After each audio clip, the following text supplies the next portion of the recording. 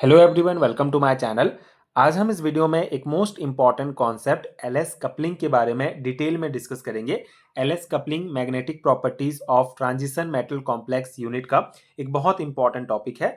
इस particular video में LS coupling क्या होता है, इसकी जो एल के वैल्यूज हैं, एस के वैल्यूज हैं, किस प्रकार निकाले जाते हैं, टर्म सिंबल किस प्रकार से निकाला जाता है, सभी कॉन्सेप्ट को एक एक करके डिटेल में समझेंगे। इस टॉपिक का प्रॉपर हैंड रिटन नोट्स आपको प्रोवाइड करूंगा जो आपके BSc and MSc semester exams के लिए बहुत हेल्पफुल होगा। स्टार्ट करते हैं। एलएस कपलिंग क्या होता है इसके बेसिक थ्योरी से। LS coupling is the interaction between the total orbital angular momentum L and the total spin angular momentum S of electron in an atom. ठीक है। एलएस कपलिंग बेसिकली वो interaction होता है जो किसी एटम में उपस्थित सभी इलेक्ट्रॉन्स के टोटल ऑर्बिटल एंगुलर मोमेंटम और टोटल स्पिन एंगुलर मोमेंटम, जिसको एस से डिनोट किया जाता है, इनके बीच में जो इंटरेक्शन होता है उसको एलएस कपलिंग कहा जाता है।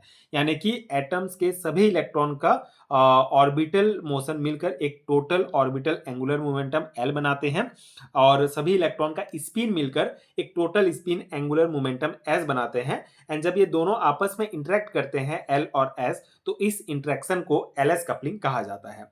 And this interaction is known as LS coupling और रुसेल सॉन्डर्स कपलिंग। ठीक है, इसे एलएस कपलिंग या रुसेल सॉन्डर्स कपलिंग भी कहा जाता है। ठीक है, तो बेसिक कॉन्सेप्ट आपको समझ में आ गया। जो total orbital angular momentum L और total spin angular momentum S होता है किसी इलेक्ट्रॉन का, उन दोनों को जब आपस में जोड़ा जाता है, दोनों का इंटरेक्शन जो होता है आपस में, तो उसको एलएस कपलिंग कहा जाता है। ठीक है।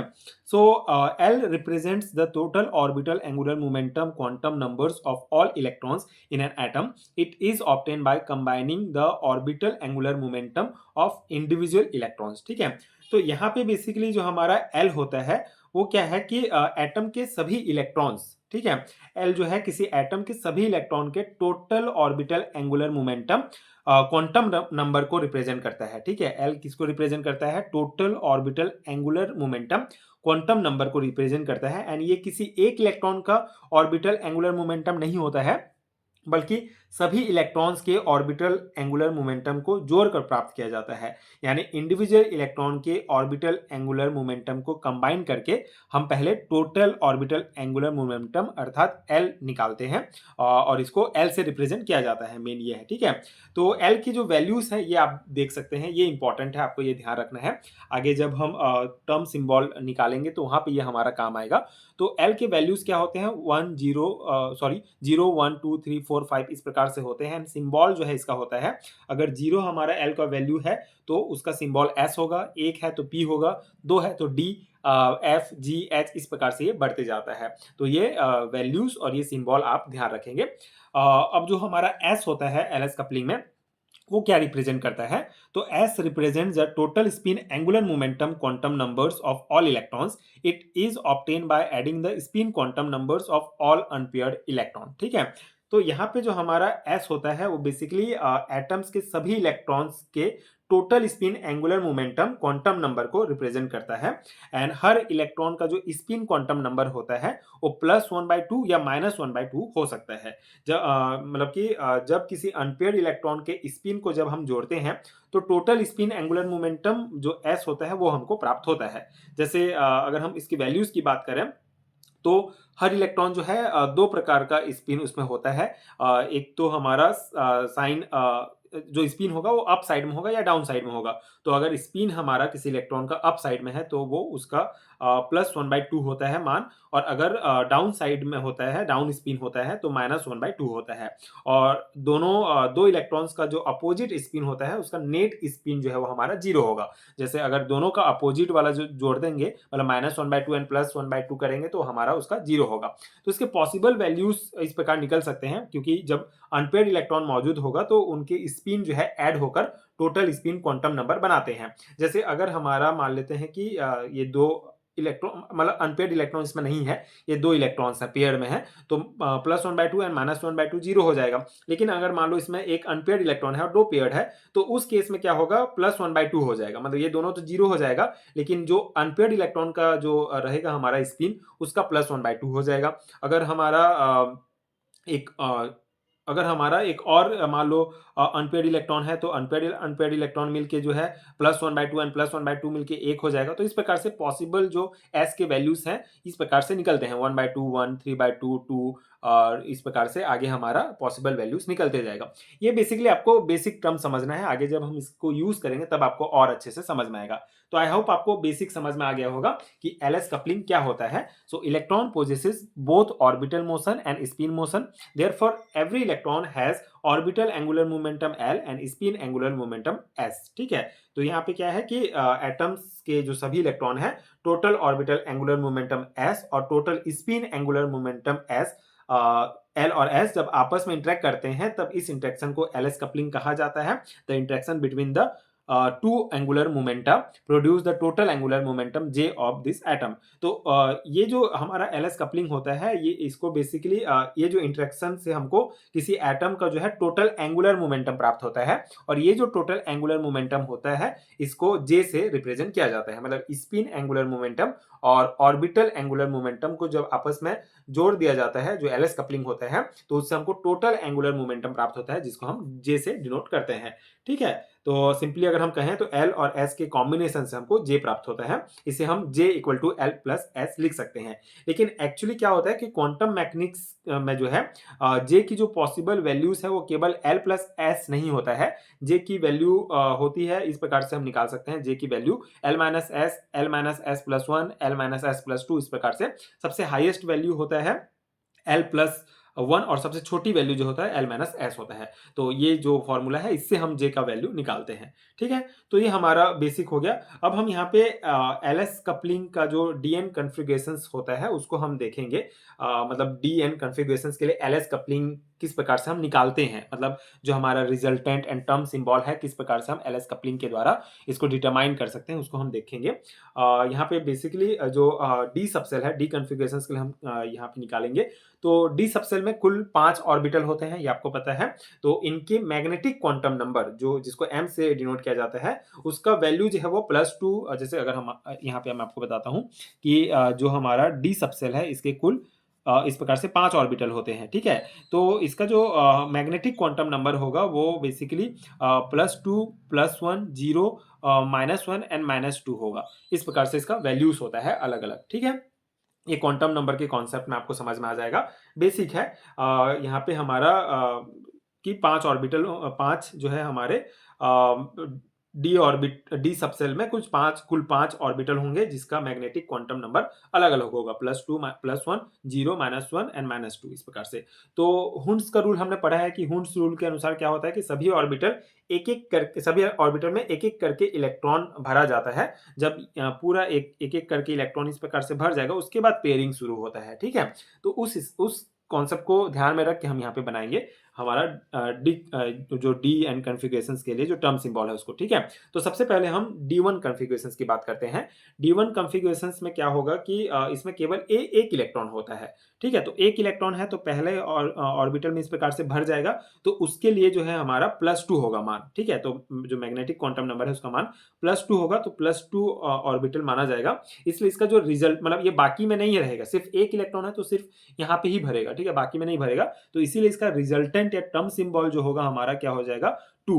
और +2 ये हमारा +2 किसका +2 के लिए क्या हो जाता है हमारा जो L का वैल्यू होता है 2 के लिए वो D होता है। ठीक है, मतलब ये जो हमारा 2 है ये बेसिकली L निकला है हमारा। ठीक है, L कैसे निकालते हैं, मतलब जैसे कि ऐसा नहीं है कि यहाँ पे M का मान मतलब m बराबर +2 है और एक ही इलेक्ट्रॉन है तो +2 हो गया, लेकिन ये L का मान भी यही होगा हमारा। ठीक है, क्योंकि L का मान हम कैसे निकालते हैं, सबको जोड़ते हैं। जैसे अगर यहाँ पे D2 कॉन्फ़िगरेशंस के लिए L की मान की अगर हम बात करें तो यहाँ पे +2 और +1 दोनों मिलके 3 हो जाएगा, ये L का मान हो जाएगा। चूंकि यहाँ पे और कोई भी मान नहीं है इसलिए +2 L का भी मान हो जाएगा।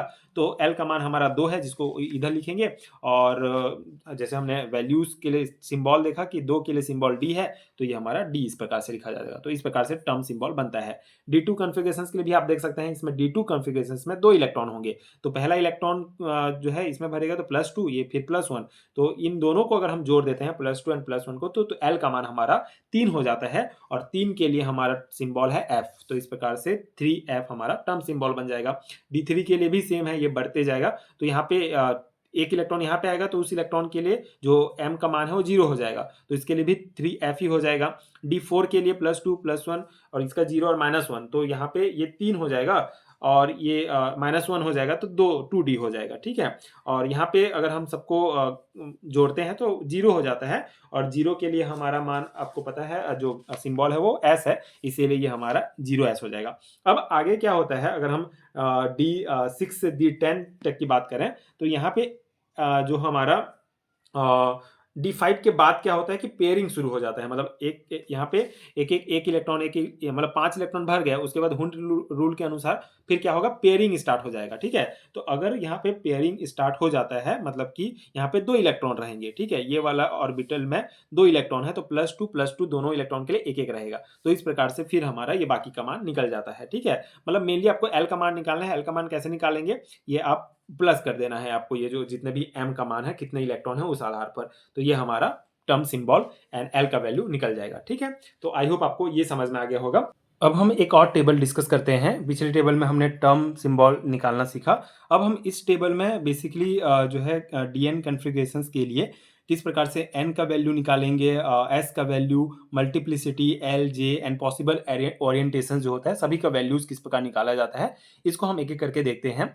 यहाँ से क्वेश्चंस पूछे जाते हैं बेसिकली ऑब्जेक्टिव टाइप क्वेश्चंस में भी, तो डिटेल में हम समझते हैं। यहाँ पे अलग अलग कॉलम आपको दिख रहा होगा, सभी कॉलम को मैं एक बार आपको एक्सप्लेन कर देता हूँ कि कौन से कॉलम में क्या है। जैसे यहाँ पे हमारा DN कॉन्फ़िगरेशन है पहला कॉलम में, तो यहाँ पे बेसिकली ये बताता है कि D सबसेल में कितने इलेक्ट्रॉन उपस्थित हैं। जैसे अगर D1 है तो इसमें 1 इलेक्ट्रॉन, D2 कॉन्फ़िगरेशन है तो 2 इलेक्ट्रॉन, D3 है तो हमारा 3 इलेक्ट्रॉन, इस प्रकार से D10 तक ये कॉलम पहला जो है DN कॉन्फ़िगरेशंस बताता है।